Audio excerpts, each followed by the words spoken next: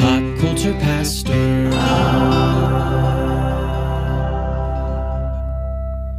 Cody, my name is Dave Rimbold. I'm an explorer, a podcaster, and an adventurer. And I have degrees in nothing. Maybe a life of hard knocks. Certainly not a degree in archaeology, like our friend Josh Gates.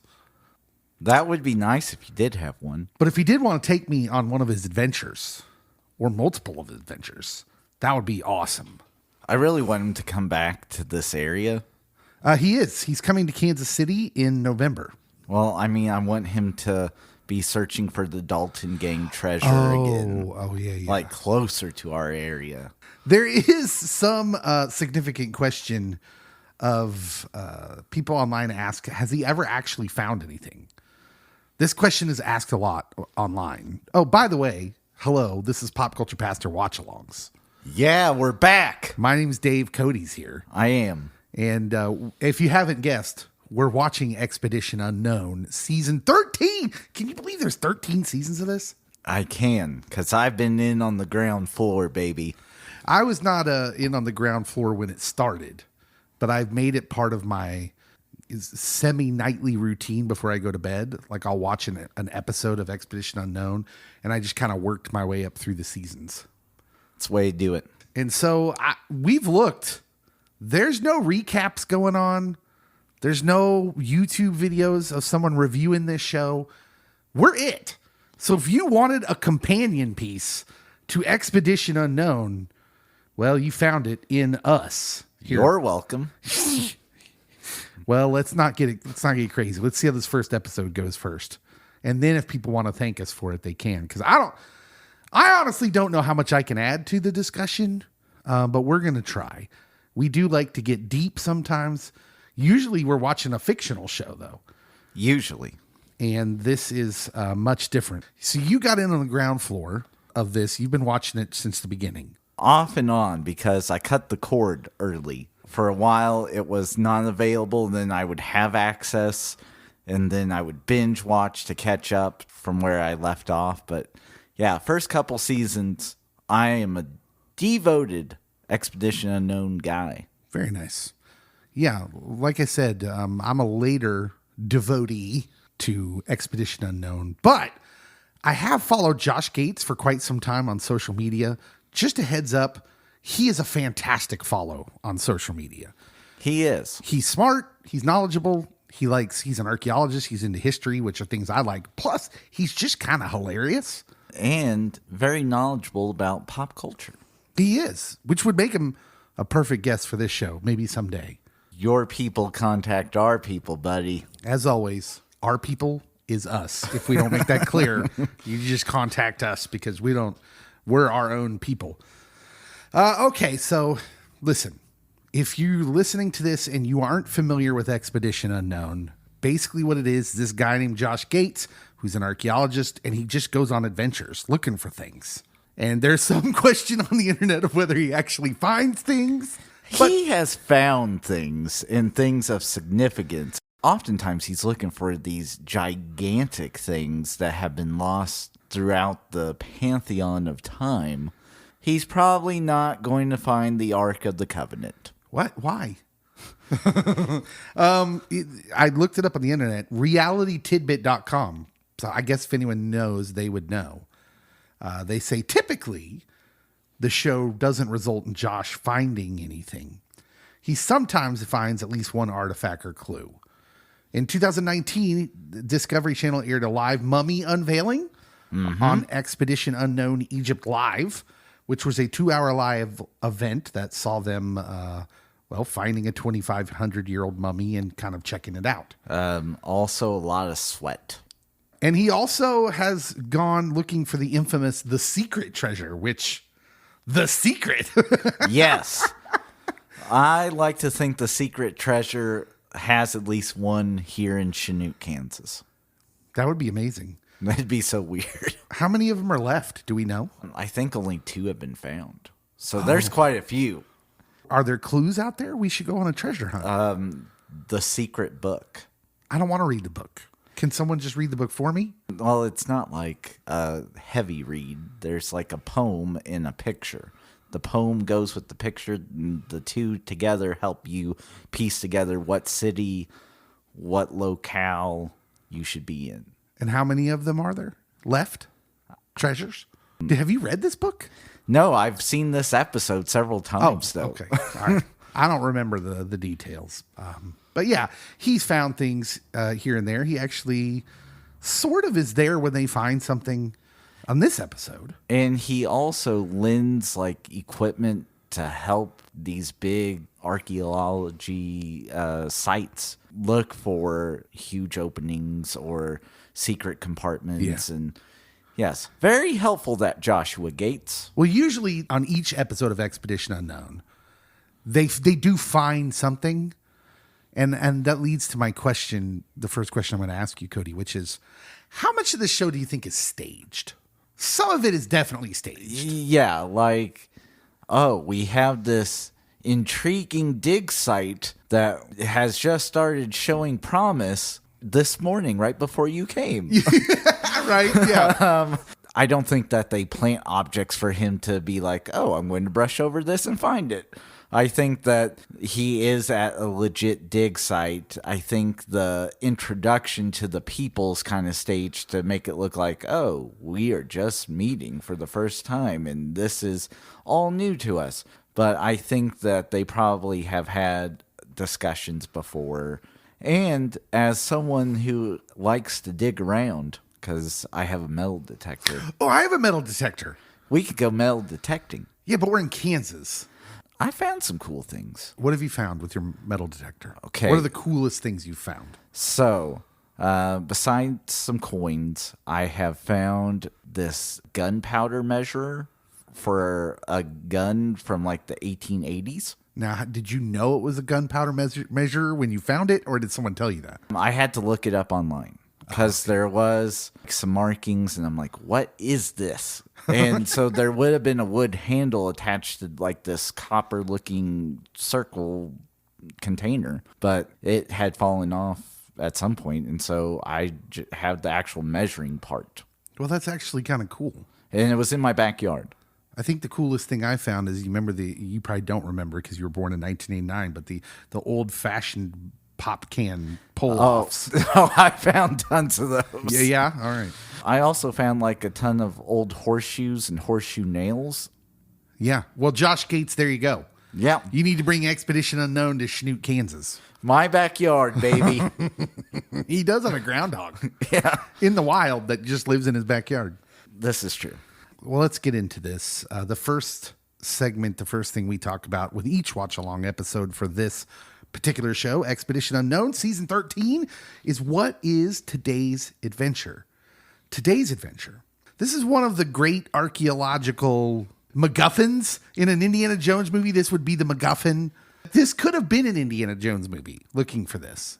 But this has been a MacGuffin in some pop culture. This particular thing they're looking for makes its way into the Moon Knight television series, if you remember right. But it's the tomb of Alexander the Great. So I really love where we start off in this episode because we start off at Philip's burial site. Yeah. And I'm like, this is where Val Kilmer will be buried. That's a stretch. The Oliver Stone movie. I don't think that's going to work. I'm pretty sure that we could share a tomb, buddy. Like, as they're talking about Philip, Alexander's dad, I was like, Val Kilmer! If this is the first time you're listening to Pop Culture Pastor, maybe you just came here because you're a big Expedition Unknown fan and you thought, hey, a podcast recapping Expedition Unknown. There aren't any of those. And you're here for the first time. What you should know about Cody, huge Val Kilmer fan. Yes. So sometimes he's not in kind of a reality. We just humor him. We shake our head and go, we go, yeah, maybe. Maybe they'll let Val Kilmer be buried with King Philip II of Macedon. Fingers crossed. Here's hoping. So the adventure that we're starting off season 13 of Expedition Unknown with is the search for the tomb of Alexander the Great, who is the son of Philip II of Macedon. This is apparently the biggest mystery in archaeology. That's what the show says. It's definitely up there. And Josh tells us we're about to reignite the hunt. He always says cool things. He does. I don't know if he has a writer or if he's just that cool. I assume he's that cool. I think probably both. But Josh Gates does seem cool. What's your experience level with Alexander the Great? Just to give you my own pedigree, I was a history major in college. I did have a focus on ancient history, like the Roman Empire. This is a little bit before the Roman Empire, but it overlaps a little bit the kind of stuff I studied. So I do have some basic knowledge of Alexander the Great and his father, Philip II. Where are you at? Where do you stand here? I have a very layman's knowledge. Plenty of History Channel shows. I loved history throughout my childhood into adult years.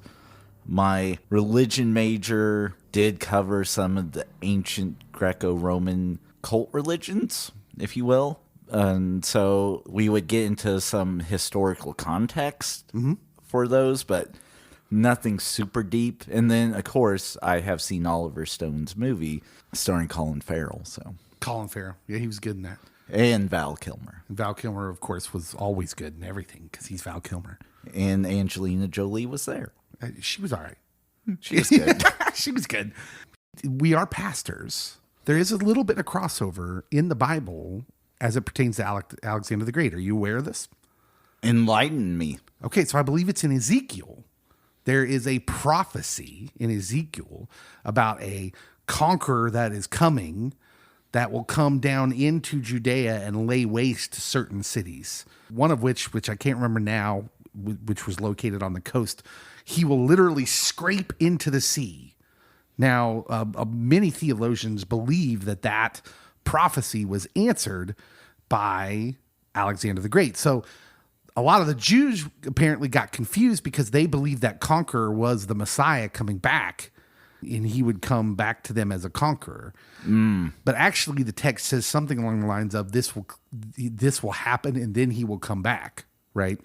Yes. Well, Alexander the Great, apparently, historians would note, does famously come into the land of milk and honey.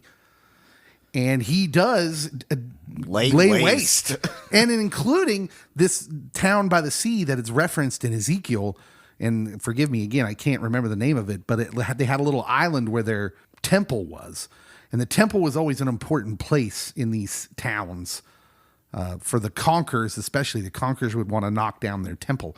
And so when they heard he was coming, they all retreated to this island and thought he couldn't get to him there. And when he basically toppled their buildings and pushed him into the sea to use as a land bridge to get to the place. So he literally scraped this city into the sea, as legend would have it, or as the Bible would have it. And, your experience and your belief in that's going to vary depending on, if your faith system or whatever. But it's a pretty remarkable piece of prophecy for something written way before that happened.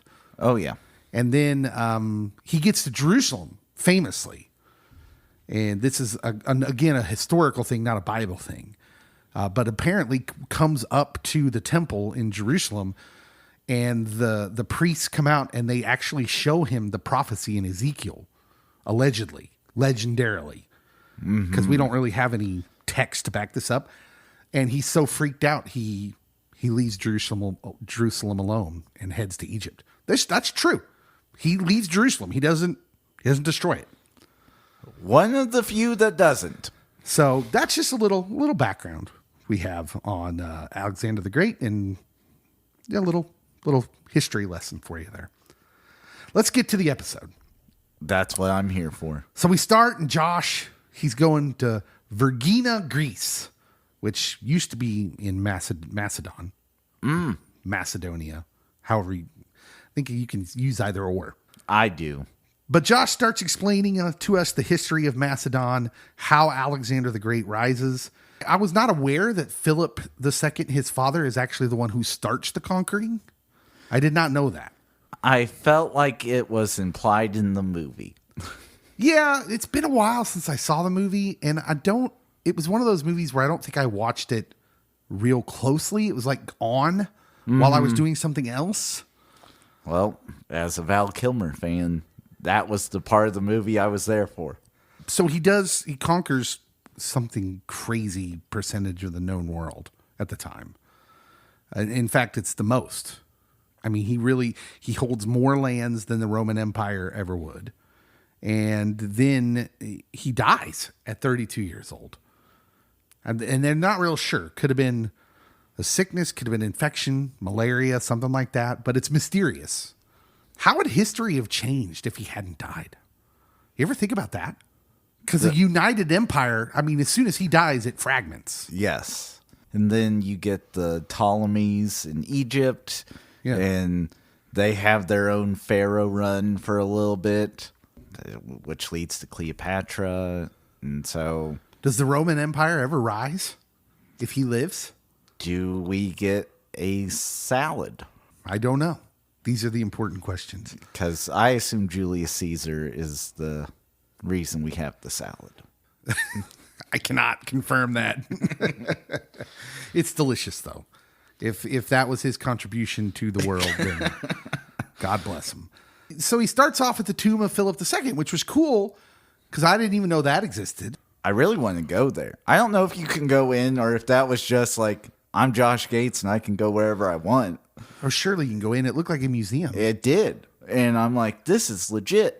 But when he was in there, it was just him and like a couple workers. Well, when you're Josh Gates, you get to go in alone and film your spot without, annoying onlookers. That would have been me. Me and you dressed up as Beavis and Butthead in the background, just like the SNL skit. And I have here my notes. He was one-eyed? Was he one-eyed in the movie? I think so. I think he had an eye patch. Who knew? Then he heads to Egypt, Saqqara, to be exact, which is apparently just outside of Cairo, and talks with James Rom, with two M's, professor of classics at Bard College, which Cody could never get into Bard. No. Skyrim has a Bard College, and I have gotten into that one. All right, there you go. Skyrim's a video game, yeah. He tells and starts talking about how he believes that Ptolemy hijacks Alexander's body and keeps it in Egypt. That is, by the way, a very common historical exception. Most historians accept that as probably what happened. And his body is kept in Egypt for a while. But it turns out that Rom already knows that Alex's body didn't stay there. They shipped it to Alexandria. As one would. Which immediately during the episode when they said that, I was like, uh-oh. Well, that's not good. Because half of Alexandria ends up in the Mediterranean. It happens. So I can kind of see where this episode's going immediately before it gets there. But as it turns out, historically speaking, yes. They build a temple there to house his body, and that's also generally accepted. Through the discussion that he has with James Rom, they start talking about why their military, he gives a little history background of why the military of Macedon did start taking over, because it was such a small space. Very small. Not even close to competing with the big, especially when you start talking about the Persian Empire and the Babylonians. He invented a spear. 16 foot long. Apparently it's a really big spear. And then they make a big joke about it on the show. It's not the size of the spear, or is it? Exactly. What's the advantage of that? They never said. What's the advantage of a 16-foot spear? Well, I think when you are in a certain arrangement. The phalanx? Yes, that if you can get to your opponent or the opposite army that's approaching long before they get to you, you're good. Yeah, so the phalanx, I'm not sure how to pronounce that because it looks like it could go either way. But yeah, it's just a bunch of dudes with huge shields, and they all get together and they put their shields up, and it looks like a giant turtle. And you stick that spear outside of it, and you just kind of move as a group forward. And, obviously that would be super effective in close combat. Would not work today. Yeah. Quick drone strike would take care of that. But Alexander, he's known as being smart, charismatic, apparently had great hair. Every statue I've seen. He's allegedly tutored by Aristotle. That's one of those things we can't really prove, but that's the I legend. name it and claim it. So did Alexander. Apparently, his hero was Homer, Well, whose hero isn't Homer? the philosopher, not Simpson. Because I know how much you love Homer Simpson. But it's the most successful military campaign in history, and they have this kind of cool discussion with our friend James Rom, professor of classics at Bard College. That's just for that discussion. They don't really look for anything there. He just kind of tells them, oh, yeah, he was here, but then they shipped him off to Alexandria. So then that's where he heads. And then the rest of this episode takes place there. First of all, I was not aware that the city was still there, to be honest. I feel embarrassed to kind of admit that. I thought it was destroyed by the tsunami or the earthquake that created the tsunami. They've rebuilt and rebuilt and rebuilt Clearly. and rebuilt. 5 million people. In fact, it's when they're talking about how it's the stratification, how they rebuilt on the layers of everything, that very much reminded me of, I went to Israel, and that was how a lot of the sites you go there were described as well, the archaeological sites, because Israel, that area has been conquered so many times over and over and over again. The conquering force would come in, smash, and then just build on top. So everything's in layers in places like that, and Alexandria is no different, but it is a huge city. 5 million people. Massive. And he talks to Mohammed El Sayed, who's an underwater archaeologist. This is definitely the part that I would not go on. You're not a fan of the scuba? There's just too much out in the ocean. Yeah, well, the whole time they were swimming out there, I was like, oh, are there sharks in the Mediterranean? It's a good question. Is that salt water? I mean, that's ocean water, right? Seems like there could be sharks. Yep. I'm feeling very dumb for this. This show's kind of educational, and that was what I was wondering a lot of the time while they were looking underwater. They have this conversation, and again, they quote that it's the dream of all archaeologists to find the tomb of Alexander the Great. 47 species of sharks in the Mediterranean. That is informative, and you found that quick. You're welcome. The year 365 was when the tsunami caused by an earthquake put much of that city underwater. And so Josh goes diving, as we talked about.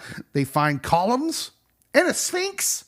That part was really cool. But it's like whenever they go down to the Titanic wreckage with the remote control submersibles, you see all these cool things, and it's like, okay, so it's like stuck here.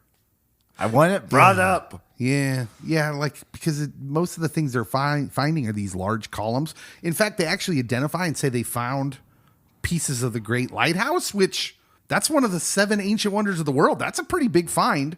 I immediately was like, how do they know? But I guess that guy would know. This is the part where I wonder if it's staged. Like the guy he's talking to, Mohammed El Sayed, they make it seem like, oh, we're just going to go down there for the first time. And I'm like, this dude's been down here. I imagine that, yes, he's been down there, but some of the stuff that they find, smaller things, might be new discoveries for them. Just because I imagine each time you dive down, there's a chance that you find something new. And so this was a cool segment, though, especially if, yes, indeed, that was a part of the Great Lighthouse. That was very cool. They find, what did they call it? The one they refer to as Pompeii's. That still is up in the city. In fact, it's the only thing left from the old city. Yeah. Pompeii's column? Is that what it is? Yeah. Or is it Tully's column? No, it's Pompey.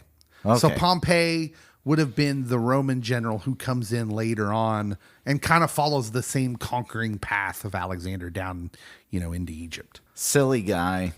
And so the Pompeii's column is what that is. Then he gets back on land, but stays in Alexandria and goes to visit with our other friend, Dr. Calliope Limnios Papakasta. Calliope's a cool lady. She is. I've seen her on a couple shows, and I like it when Calliope is talking about Alexandria. So, more Alexandria, please. She seemed like she would be really fun to have coffee with. I don't drink coffee, but I'd share Mountain Dew. She's funny. She seems nice, and she's really super duper smart. And evidently, when she's just about to quit, she keeps finding new stuff. She's the director of HRIAC, which I don't even know what that was. That's just what it said on the show. Oh. And she's been searching for the tomb of Alexander for 30 years. And she's got this excavation in the middle of this huge city in current day Alexandria. She referred to it as Shalalat Gardens. There used to be a park there. Yeah, it reminded me a lot of the city of David in Jerusalem, which has also been excavated just outside of kind of like the old city. And so, but it's like down, they dug down past, like, again, the layers, and they found the city that, when David was king. It's the same sort of concept. You have this like dig space with all this old looking stuff in the middle of all this present day city. And it's just kind of wild because we don't really have that sort of thing here in the United States. Nope. You dig down a little ways, and after you get through a couple layers of garbage, you are just that dirt. God bless America. Nothing. But that just made me feel really patriotic, Cody. Thanks for that. And so as she's talking about digging down, she mentions that the Hellenistic layer, which is another word for Greek, the Greek layer, is below the water table. That's a bad place. Yeah. Nope. Layers. They're going down into these tunnels, and I'm just, listen, tunnels? No, sir. I couldn't do that. I love caves. I can go in tunnels, but when you say that you're along the coastline and this community has already been plunged into the ocean once at least, it doesn't sound promising. I mean, they found a coin up top, and I'm like, hey, look, you found a coin. Keep looking up there. And they're like, no, let's go into these tunnels below the water table. Nope. I'm starting to get stressed already. And then as we keep watching, and it's cool because, like, first of all, these tunnels are tight. Then he asks the guy he's down there with, I think his name was Mahmoud. Isn't that his name? And because I just kept thinking of Mahmoud Abdul Rauf, who used to play in the NBA. Yeah. But clearly not the same guy. Not the same guy. And he says, oh, yeah, those are there to brace because, there's cave-ins. And Josh has a look on his face like, oh, what? I thought, hey, they're taking safety precautions. That is positive reframing, kids. Anyways, they're down there in this layer. They found like the old walls underneath the current city. So this is a big deal because now they know exactly how big this space was where allegedly Alexander was entombed. Potentially this location. And then it's in the right general area. Something happens to the water pumps that pump the water continuously out of the tunnels so they don't fill up. And the water starts rising. Pretty soon, you're seeing shots of the workers like, hey, something's wrong. And finally, you got a guy yelling down there, like, get Josh out. And I'm in my living room, and I'm like, get Josh out. Protect him at all costs. But what about Josh's guide? Mahmoud can save himself. He knows what he's doing. Josh, I was concerned. First of all, Josh looks like a pretty big dude. He's a little husky. He's not a little guy, and he's in these tunnels. And then they show us first of all, it's to be continued, which is the worst. Cliffhanger. Then they show us a little bit of the next episode, and he's like, we're going to drown in here, and the water levels up to like above his chest. And I'm freaking out. And then they showed us this season on, and then I'm like, oh, well, clearly he's okay. Well, he tweeted for that episode, so I'm sure he's fine. They shouldn't have done that. They shouldn't have shown any next time ons. They shouldn't have shown the season on. They should have made us just think, oh, maybe Josh died down there. We don't know yet. Tune in next week. That would be nerve-wracking. So that was the episode. Did you like the episode? I think this is one of the better episodes of Expedition Unknown. One that I enjoyed quite a bit. So I really do enjoy when he searches for things that I've heard of. So the Tomb of Alexander the Great is one of those great archaeological mysteries and conundrums that people are searching for consistently and coming up short usually. And so, yeah, the thoroughly enjoyed this episode. I feel like there's usually like 2 or 3 episodes a season where Josh is like in questionable like peril. And so we got 1 episode down. A couple more to go, probably. This episode ends with him in peril, to be sure. Mm-hmm. I'm freaking out still a little bit. I need that next episode to hit quickly. All right, so it's time for the last segment on the our episode of Watch-Alongs for Expedition Unknown Season 13, and that is, what did we learn? What did you learn from this episode that you didn't know before you watched it? Just like how many times Alexandria has been built upon and how big Alexandria is still today. Because I kind of just assumed like this community fell into the ocean once, that we're not going to have a mass population here. And I was wrong. 5 million people. Yeah. And then like Philip of Macedon, or Philip II of Macedonia, his tomb, like it actually being somewhere known and having really cool artifacts in it. And all the people buried there wasn't just him. Yeah. That was kind of wild. I was like, wow, okay. Oh, Alexander's brothers over here. Real historical folks buried there. The thing I learned was, and this one was hard, is it turns out the church is kind of sort of to blame for the losing of Alexander. That sounds about right. Yeah. So let me explain. In 313, the year 313, Constantine, who is the emperor of Rome, legalizes Christianity, promotes religious tolerance, and sort of, in a way, makes it the state religion of Rome after, it takes time. But he kind of ends the polytheistic regular norms of the Roman Empire, and it starts turning towards Christianity. That's in the year 313.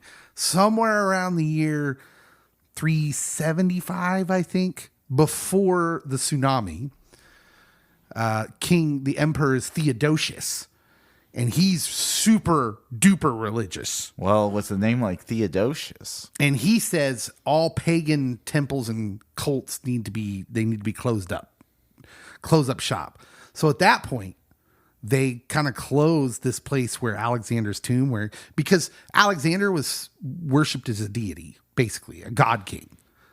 And that was sort of the tenor of the temple that they had built for him there in Alexandria. And so they close it up, and then his body is lost. We don't know if they put it in like a closet somewhere. Or if we're going to find it in episode 2.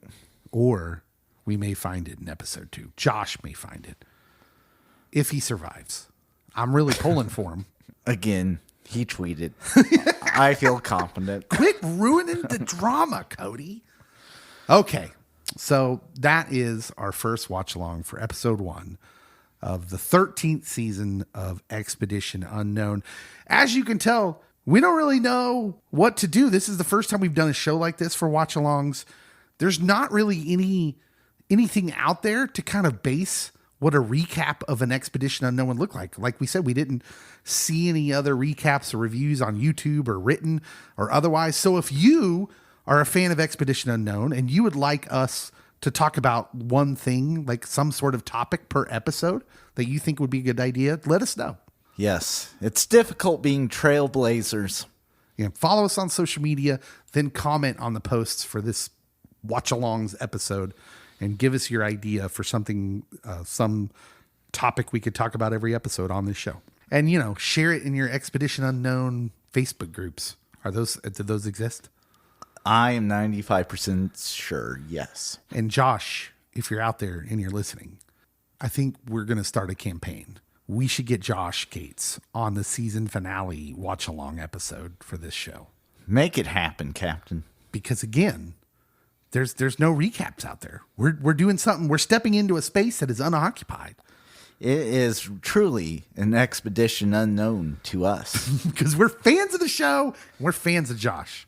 Yes. Make sure and join us next week for episode 2 and the conclusion of this cliffhanger on Pop Culture Pastor Watch-Alongs. We'll see you next time.